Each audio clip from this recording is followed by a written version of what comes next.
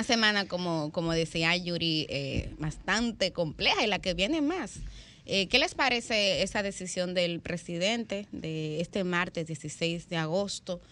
Pronunciar un discurso. Hay que decir que no es el discurso de rendición de cuentas, porque algunas personas, inclusive colegas tuyos, Cristian. No, es su discurso de rendición de cuentas. Sí, es una pero cosa no diferente. es el establecido No, constitucionalmente, porque ese La es el Constitución 27 de 27 de febrero. febrero. Pero el presidente va a hablar. Y el año pasado Sí. también lo hizo. No, por eso Recuerden, yo digo- por eso en yo las digo escalinatas su del Palacio discurso. Nacional. Sí, es correcto. Por eso yo digo su discurso, porque él lo prometió desde la campaña que iba a rendir cuentas constantemente, iba a hacer, y en ese sentido Exacto, ha cumplido con eso. Lo que no es tradicional, para que la gente también comprenda, lo que no era tradicional, digamos, era que el primer mandatario se refiriera, digamos, a la nación el 16 de agosto. Exacto. Simplemente era un acto protocolar en el Congreso Nacional de la República, donde se hace, digamos, el traspaso de mando en el caso que haya cambio de bufete directivo en las dos cámaras. Estamos hablando de la Cámara de Diputados y del Senado. En el caso actual, también al analizar, digamos, el próximo discurso del presidente, digamos, el hecho de que se vaya a referir a la nación desde Santiago, que es importante tomar en cuenta también la locación, también hay que hablar que el Partido Revolucionario Moderno reeligió sus bufetes directivos. Sí. Reeligió su bufete directivo en ambas cámaras. Yo lo veo muy y positivo. no sé cómo eso, digamos, pueda, la repercusión política que pueda tener. Sí.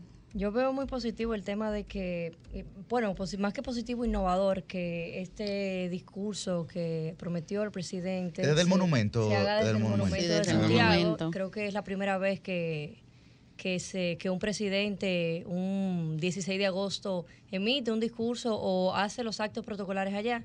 Y creo que es parte de la innovación y de que vivimos ya en una era diferente y de que la gente termina de entender de que la política de hoy no es la misma de hace 10 años, mucho menos de 20. Yo lo que pienso, y no sé cómo ustedes lo ven, porque recuerdo que el profesor Manuel Campos Vidal siempre nos decía que nosotros nunca deberíamos desperdiciar una ocasión para hablar en público. Entonces, habría que ver cuál es el objetivo, cuál es el target, ¿no?, de este discurso en el que se genera una expectativa porque evidentemente va a hablar el presidente de la República. Claro. Entonces, evidentemente la sociedad dominicana, el pueblo, el país, está al pendiente de lo que ahí se va a decir. Y como bien señalaba Liz, hacerlo desde el monumento a los héroes, que es el monumento, digamos, de Santiago, pues que es precisamente el monumento a los héroes de la Restauración, que es lo que se conmemora el 16 de agosto, pues yo creo que tiene un peso simbólico importante y yo creo que se tiene que aprovechar correctamente esa ocasión en un escenario de profunda incertidumbre económica, en un escenario de profunda incertidumbre social, donde todas las proyecciones, digamos, de los organismos internacionales de cara a la República Dominicana no son tan halagüeños como tradicionalmente lo eran, ¿no? Y no vemos tampoco posibles soluciones porque el servicio de la deuda, por ejemplo, Millicent, el servicio de la deuda hay que pagarlo.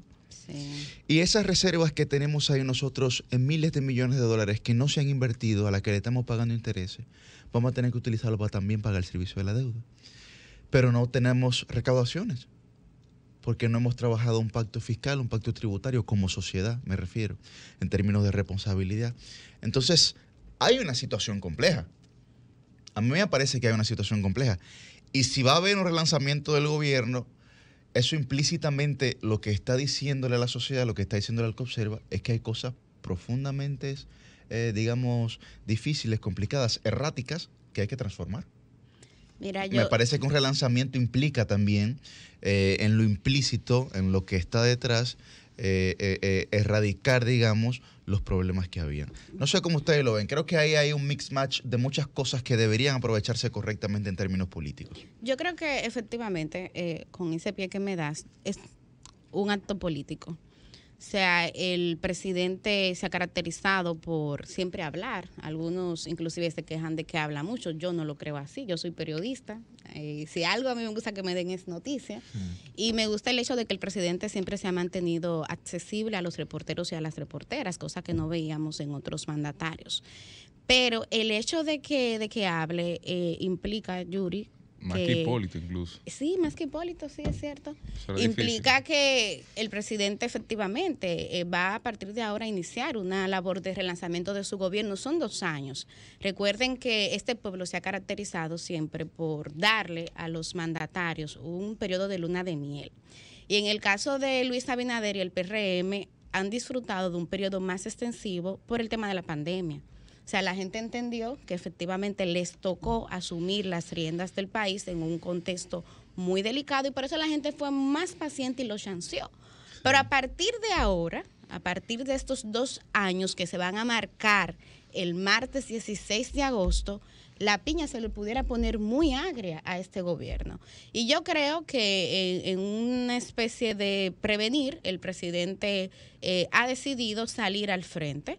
El que lo haga en Santiago a mí también me hace cuestionar de cómo andarán los numeritos por ahí en Santiago. Creo que también tiene mucho que ver con eso, porque si bien es cierto que el presidente Luis Abinader y este gobierno se han caracterizado también por descentralizar, fíjense cómo constantemente se mantienen haciendo consejos de gobierno en distintas provincias, también es cierto que el hecho de que sea Santiago hay que ver cómo andan los numeritos por ahí, Cristian, porque algo que yo no dudo, y recientemente hice un comentario en esta dirección, es que obviamente el presidente está en reelección. Entonces, las medidas y las decisiones y las iniciativas que se tomen a partir de ahora, no solamente pensando en los próximos 2 años, es pensando también en los próximos 4 años. En las próximas elecciones. Exactamente, no necesariamente en las próximas generaciones, como decía Churchill.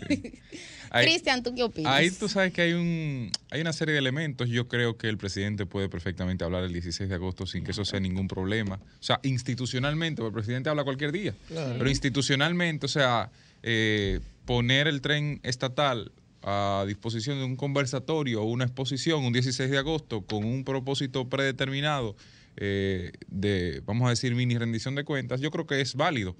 Y a eso no le veo ningún problema, siendo honesto. Quizás sí, el presidente tendrá que compensar eso con menos exposición en otros espacios, porque es muy común, y eso lo saben los productores de eventos y demás, que el presidente incluso atrofie la declaración de un evento donde se pretende hacer algunas otras cosas. Por ejemplo, la inauguración de un hotel en Macao. Y el presidente habla y le tumba la inauguración del hotel a la persona. O sea, la noticia principal era la inauguración del hotel hasta que el presidente habló y utilizó todo lo dispuesto para eso a él. Pero bueno, son parte de las cosas que en política se dan, pero no creo que haya problemas con que el presidente de la República exponga. Ahora, yo creo que el gran problema no está en la forma, que es la exposición, está en el fondo. ¿Qué puede presentar el presidente Luis Abinader del 27 de febrero pasado al 16 de agosto actual? ¿Qué se ha hecho? Yo creo que muy poco, porque ya el 27 de febrero pasado la pandemia no era un gran problema. Ya el 27 de febrero pasado estaba la guerra de Ucrania en ciernes, que era el gran problema que se ponía sobre la mesa. Ya el 27 de febrero pasado, los grandes temas de la sociedad dominicana que le afectaban siguen siendo los mismos temas de hoy. Y eso va desde la alimentación, eso va desde la seguridad, eso va desde el desempleo, y poco ha cambiado desde entonces. Entonces me parece que el problema no está en la forma, está en el fondo, y ahí le tocará al presidente de la República ver finalmente qué exhibe, aunque los mandatarios siempre tienen un as bajo la manga. Y eso no es nada sorpresivo. Yo particularmente veo muy positivo que sí tenemos un presidente que habla, que sí tenemos un presidente que expone las cosas que ha hecho, y inclusive la que ha dejado de hacer. Y creo que la sociedad también valora que después de pasar de un presidente que se entendía que era mudo a un presidente que habla con la gente y que escucha a la gente. Son estilos distintos simplemente. Pero al final del día, Yuri, nosotros como sociedad y nosotros inclusive como juventud, debemos de valorar que tenemos un gobierno que es verdad que habla, pero eso está bien, señores. Yo era una que vivía criticando que el gobierno no hablaba. Claro, pero por eso mismo lo estoy diciendo. O sea, cuando me refiero a estilos distintos, me refiero a personas que gobiernan de forma distinta. Entonces, yo no hago un juicio de valor sobre la exposición mediática que pueda tener el primer mandatario actual de la República, en el que uno pudiera pensar que es más allá tal vez de lo correspondido. Entonces, lo que me refiero es que son estilos distintos, que se puede criticar, claro que sí, y para los gustos los colores, pero que que son estilos que la gente debe de valorar en su justa dimensión. Sí, pero tal vez detrás de esos estilos, Yuri, y permíteme disentirte a ti, hay que tomar en cuenta un contexto. Tal vez un presidente que no se sentía cómodo exponiéndose, hablando, porque no quería que le hicieran algunas preguntas, No, que Danilo, porque temía Danilo no era dar el mejor alguna orador. respuesta. Eso hay que tenerlo claro. Bueno, Danilo, pero tampoco... esa no era una de sus virtudes y no hay Pero peor siempre- cosa que tampoco Tampoco lo reconocer era, cuando por no... ejemplo, Gonzalo Castillo, y hablaba. Sí, pero por Y eso, hablaba. por eso tuvo que, por eso tuvo lo que ¿Y qué tuvo. ustedes- y qué Por ustedes eso hacían, tuvo lo que Gonzalo, tuvo. Por eso ¿Y fue qué el ustedes- resultado. pero ¿y qué ustedes hacían? Por eso fue el resultado que se Yo, arrojó. honestamente, mi opinión es, yo entiendo que son estilos distintos y Claro. no todo el mundo tiene las mismas habilidades ni tiene por qué tenerla, pero en el caso de por qué Danilo no hablaba y por qué Abinader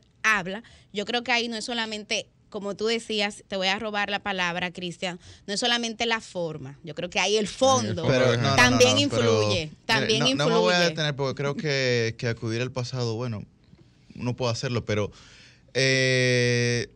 no hubo ningún tipo de caso del 12 al 16.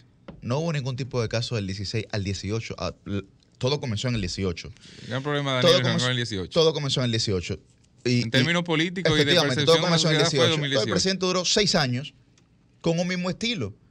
Cuando surgieron los cuestionamientos, siguió con su estilo. Tal vez ahí debió variarlo. Sí, Tal vez debió. ahí debió variarlo, como dice Está Milce. bien, pero Pero no duró lo 6 años desvirtuemos, con el mismo porque yo no lo estilo. dije tampoco por malo, lo dije sino porque No, yo creo que de era un acuerdo. llamado de la sociedad a tener una representación que se exponga más No, y hubo que momentos en que comunique Danilo más. debió hablar, por ejemplo, sobre ciertos temas, claro y pelado, asumir la responsabilidad que le toca a un presidente de la República. Y no lo hizo. Y yo creo que no lo hizo. Y en otros momentos debió callar quizás, o debió decir otras cosas, y no fue lo que asumió como posición.